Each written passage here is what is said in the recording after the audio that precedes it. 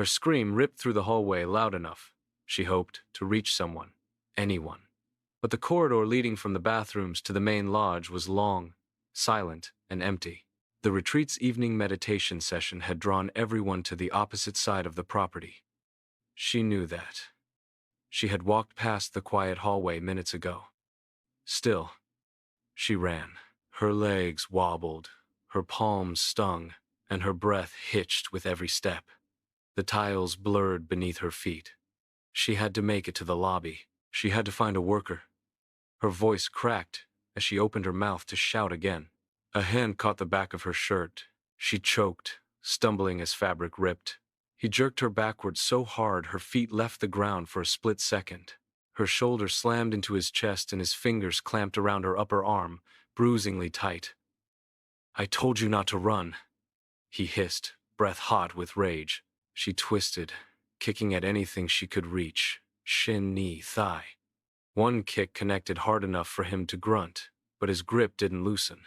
He dragged her backward toward the dim corner near the restroom door, away from the faint glow of the lobby lights ahead. "Let me go," she cried, voice breaking. "You weren't supposed to hear anything." He snapped, trying to muffle her. "You made this worse than it had to be." She clawed at his hand. He pulled her closer, one arm wrapping around her waist, the other covering her mouth. Her heartbeat thundered in her ears. "Stop fighting," he growled. "Just stop." She bit him, hard. He yelped, jerking his hand back on instinct. It was the opening she needed. She twisted free, stumbling forward and immediately tripped over her own shaken legs. She collapsed again, palms scraping the floor. By the time she scrambled to her knees, he was already reaching for her.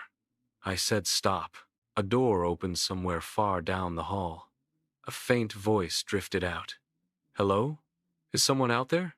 The worker. She had passed that office earlier. The woman gasped with relief. She forced her body to move, half running, half limping toward the voice. He lunged for her again, fingertips brushing her shirt. "Help!" she screamed. "Please!" The worker stepped into the hallway wide-eyed, startled, and took in the scene instantly. A terrified woman, clothes torn and bleeding, stumbling toward her, and behind her, a man with wild eyes and hands outstretched. "What the—" The worker's face hardened. She whipped out her phone. "Hey!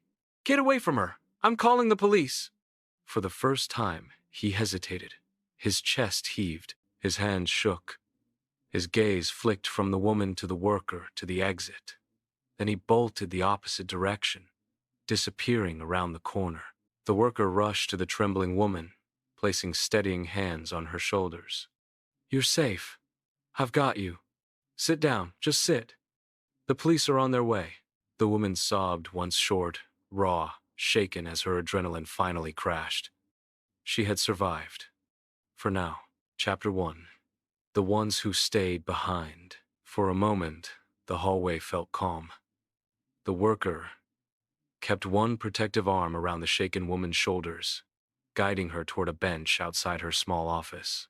The woman's breathing came in shallow bursts, but she was alive, conscious, and finally out of his reach. "He's gone," the worker said, glancing down the corridor to make sure. "I saw him run. You're safe now." But safety was a fragile thing.